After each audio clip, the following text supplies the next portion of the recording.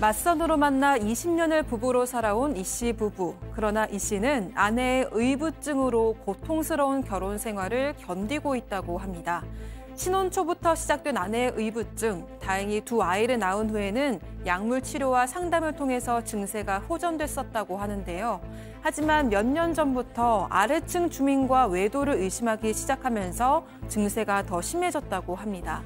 아래층에 찾아가서 난동을 부리는 건 물론 일부러 층간소음까지 유발하는 등 상황이 심각해진 건데요. 급기야 아내는 외도를 들킨 이 씨가 자신을 해치려고 한다며 집을 나갔다고 합니다. 20년 동안 지속된 아내의 의부증, 이혼 사유가 될까요? 야, 의부증. 그 이상한 변호사 우영우라는 드라마에도 보면 그 1회에서 의부증은 아니지만 의처증으로 그 교수님 보셨죠? 드라마. 네. 거기도 이제 의처증, 그러니까 할아버지가 나오죠. 할아버지. 네. 그러니까 자기 와이프 막 확 폭행하면서 할머니 때리면서 막 네. 그러잖아요. 네. 그런 거 보니까 그걸 보면은 진짜 우영우의 그 어렸을 때 우영우의 아버지와 내 부인이 바람을 핀다. 맥락도 없어요. 그냥 잠깐 그냥 마주친 것뿐인데 그거 가지고도 막 부인을 막 폭행하는 거 보면서 야, 이게 진짜 백다희 아나운서도 우영우 그거 봤어요? 저는 아껴보려고 지금 기다리고 있습니다. 정주행하려고요.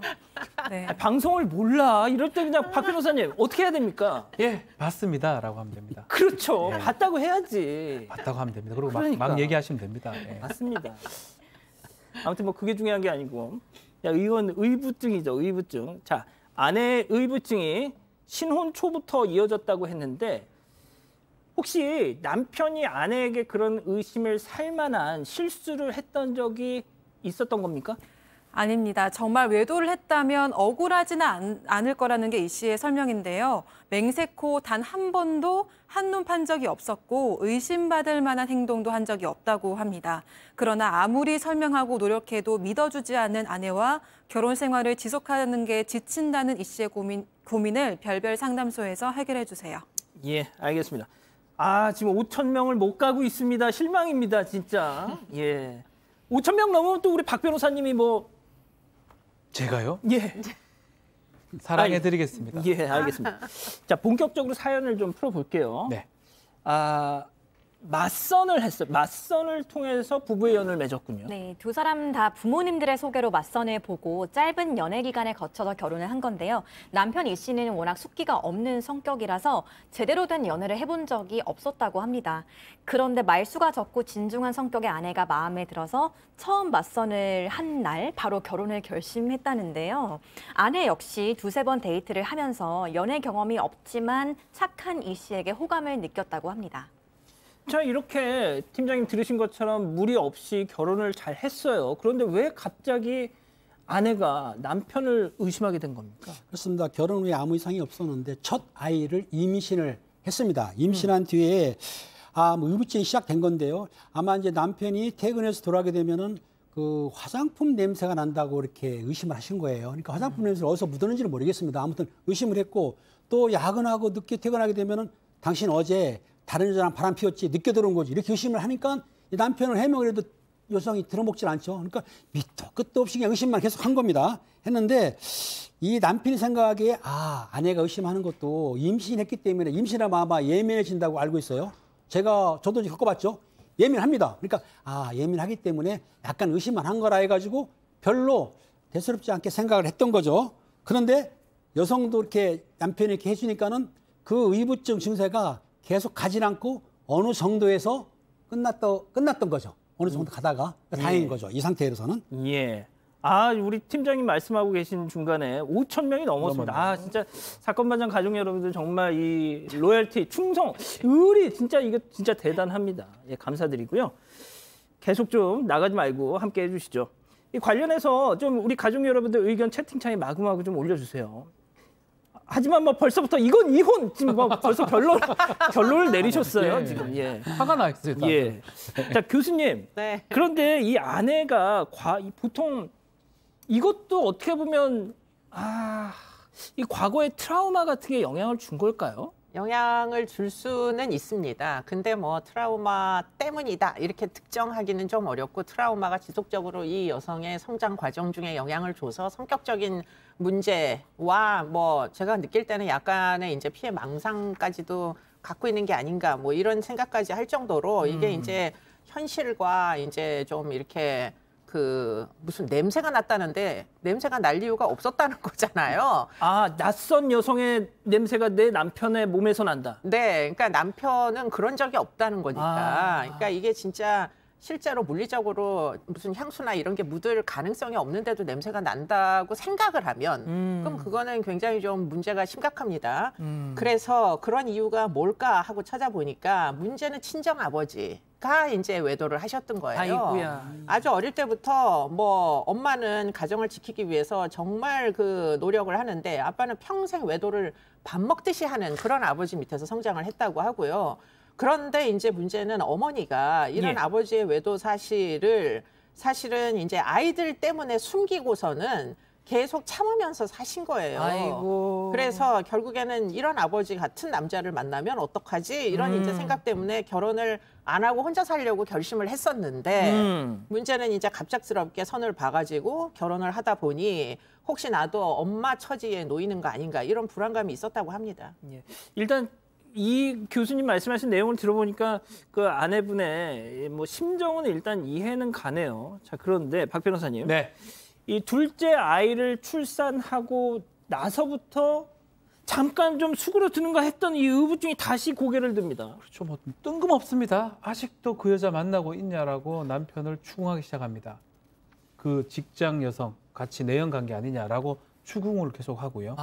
그래서 아마 본인 얘기로는 첫째 때부터 의심을 했었는데 그때는 참고 있다가 이제 와서 지금 얘기를 하는 것이다라고 밑도 끝도 없이 추궁을 계속하고 있고 사실 이 정도로 그냥 의심하는 정도가 아니고 여기서 좀 더 나아갑니다. 아내가. 좀 더 나아가는 게 더 문제 같습니다. 더 나아갔다. 김세인 기자가 말씀해 주시죠. 예, 죄송합니다. 자, 일단 여기 지금 박 변호사님 말씀까지는 그냥 일단 추궁이고 막 부부싸움 정도였는데 어디까지 더 나간 거예요? 네. 급기야는 두 아이를 데리고 이 씨가 일하는 회사로 찾아가서 그 이 씨의 여성 동료한테 너 불륜녀라고 망신을 주는 난동을 부린 겁니다. 졸지에 봉변당한 이 직장 동료는 아내를 고소하겠다는 등 이렇게 문제가 굉장히 심각해져서 이 씨는 직장 퇴사 위기까지 처해졌는데요. 다행히 아내가 치료를 받기로 하면서 고소하는 상황까지는 막았는데 아내는 자신에게는 문제가 없다 하면서도 남편이 회사에서 해고당할 위기에 놓이자 일단 약물치료, 상담치료를 병행하는 데 동의를 했답니다. 치료를 받는 동안엔 잠시 증세가 호전된 듯 보이기도 했습니다. 이 정도면 그러니까 박 변호사님 보통 저렇게 자기 자녀들 데리고 남편 직장에 가가지고 말이죠. 어떤 그 동료 여성 직원에 너 우리 남편은 이러면은 그 당연히 그 여성분도 여성분이지만 당장 내가 회사를 못 다닙니다. 그렇죠. 예? 근데 저 이제 상담을 좀 하다 보면 예. 이렇게 심한 의부증은 잘 없어요. 뭔가 뭐 빌미가 되는 경우들이 있거든요. 그래서 충분히 좀 이렇게 나는데 이거는 지금 처음부터까지 뭐 밑도 끝도 없습니다. 뭐 회사에 애들 데리고 와서 막 얘기를 하고 그런 상황이라면 남자 입장에서 회사 생활을 지금 하기가 아주 어려울 것 같습니다. 그러니까요. 자, 교수님, 의부증이든 의처증이든 제가 뭐 좀 저도 자료를 봤더니 뭐 약물 치료 뭐 이렇게 하면 괜찮아진다 뭐 이런 얘기를 보긴 했는데 진짜 효과가 있나요? 불행히도 지금 이제 성격 장애 같아요. 그냥 단순한 어큐트한 어떤 뭐 급히 나타나는 망상 정도가 아닌 것 같거든요. 뭐 왜냐하면 이게 거의 청소년기부터 이제 계속 지속적으로 문제가 돼서 결혼한 이후에 아이 첫째 낳고도 재발하고 뭐 둘째 낳고도 또 재발하고 이러다 보니까 지금 그냥 단순히 약물 치료로 이게 완치될 만한 상황은 아니었던 걸로 보입니다. 예. 팀장님, 근데 아까도 말씀드렸지만 직장까지 찾아와가지고 뭐 애먼 그 여성 동료를 막 그 불륜 상대로 찍어가지고 막 하고 이러면은 이거는 이혼 그러니까 지금 딱 그 얘기 나오니까 다들 이건 이혼해야지 그러시는데 응? 그럼에도 불구하고 20년 넘게 결혼 생활을 또 유지는 하셨어요, 이분. 그렇습니다. 부부 관계는 이제 파탄이 됐지만 이 문제는 그 아내가 아이들한테 끔찍했다는 거예요. 아이들한테 너무 잘하니까 아이가 둘이지 않습니까? 너무 잘하고 또 이 씨 같은 경우에도 실제적으로 남편분도 아이들한테 참 잘했기 때문에 그걸 뭐 이혼하는 생각을 그때는 못 했었는데 그 이런 내용이 이제 아이들한테까지도 앞에서도 왜 됐다고 막 싸우고 그러니까 이제 문제가 됐던 거죠. 그렇지만은 그러다 보니까 이렇게 생각했던 거예요. 언젠가는 이혼은 되겠다. 그렇지만 지금은 아니다. 왜? 아이들이 컸을 때 이혼을 하겠다. 20년을 참은 거예요. 그러니까 성인이 되면은 아이들이 성인이 되면 자기들이 결정할 수 있기 때문에 그때까지만 해도 참고 있다가 20년 후에 성인이 되면은 그때 가서 이혼을 하겠다고 생각을 했던 거죠. 예. 자, 그런데 그 엄마 아빠의 저런 모습을 보고 자란 아이들 이게 차라리 이혼하는 게 더 나을 것 같다는 생각도 드는데 저게 아이들한테 마냥 좋을까요, 저게?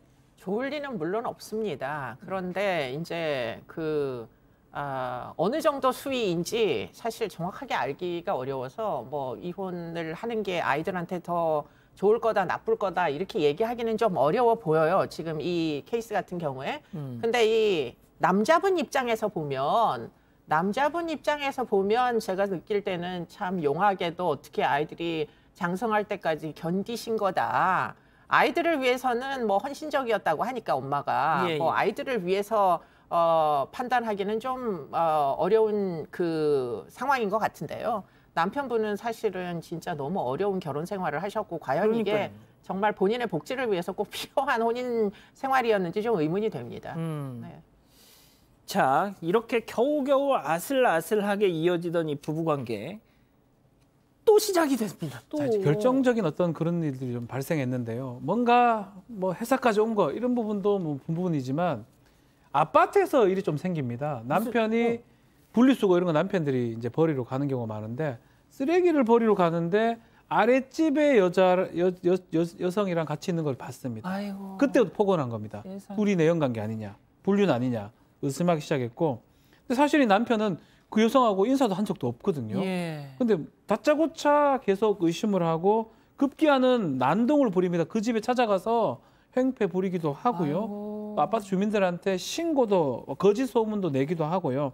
심지어 층간소음 일부러 내기도 합니다. 소리 들으라고. 그래서 야, 이거는 더 이상 방법이 없겠구나라고 남편이 지금 판단한 그런 상황이었습니다. 누가 집을 나갔다면서요, 팀장님? 그렇습니다. 이게 그 남편이 화가 나니까 크게 싸웠던 거예요. 싸우고 나가지고 이제 분노를 폭발하니까 그 아내가 볼 때는 이제 겁을 낸 거예요.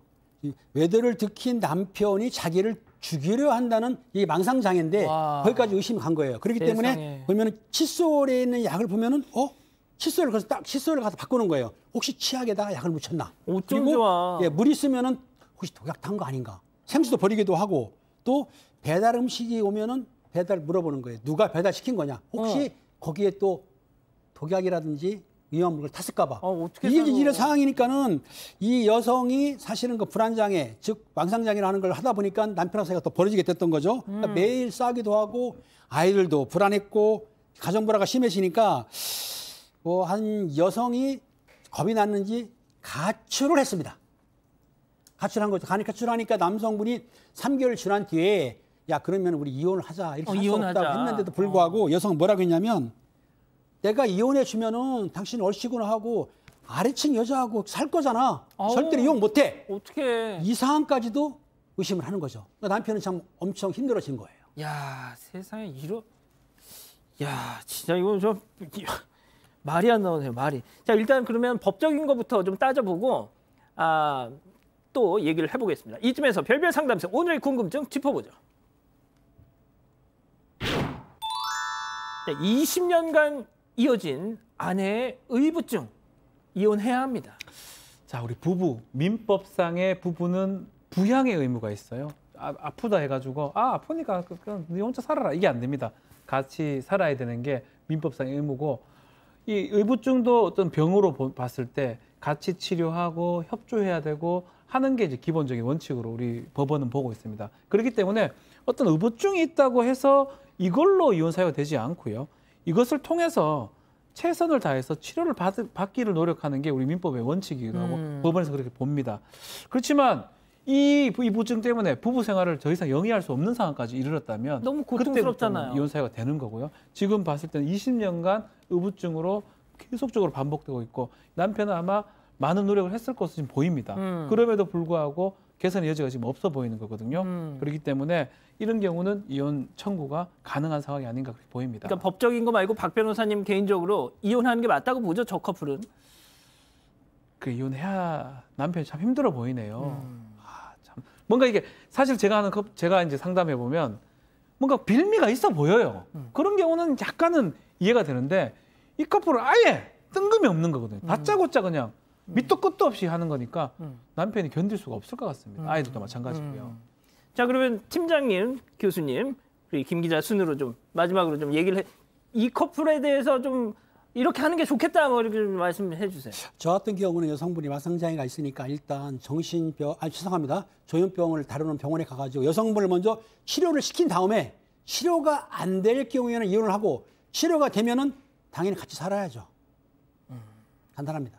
자, 교수님은 어떻게 보십니까? 글쎄 일단 치료는 안 되는 병으로 보이고요. 그렇기 때문에 지금 이제 근데 또 너무 이 문제가 되는 건 이런 분들일수록 상대가 문제가 있다고 생각해요. 남편이 맞습니다. 나를 죽일 것 맞아, 같다 맞아, 이렇게 맞아. 얘기하잖아요. 잘못은 내가 아닌 배우자에게 있다. 그렇죠. 그러다 보니까 이제 아프다는 걸 인정을 안 합니다.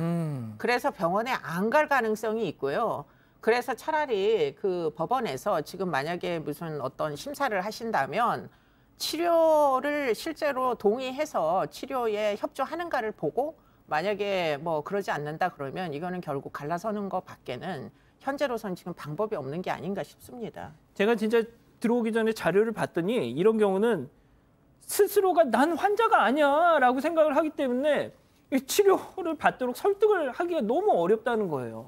자, 그리고 의부증 이렇게 고쳤다 뭐 이런 글을 제가 한번 본 적이 있는데 어떤 남편이 자기의 그 치료기를 이렇게 딱 쓴 겁니다. 10분마다 전화든 톡이든 소재를 보고하고 부인에게 합의하에 위치 추적까지 동의를 했다. 주말에는 집콕, 동네 슈퍼 갈 때도 와이프와 동행. 그렇게 2년 버티니까 와이프가 이제 안 할게 이러면서. 근데 이건 약간 좀 경미한 상황이 아니었던가 싶더라고요.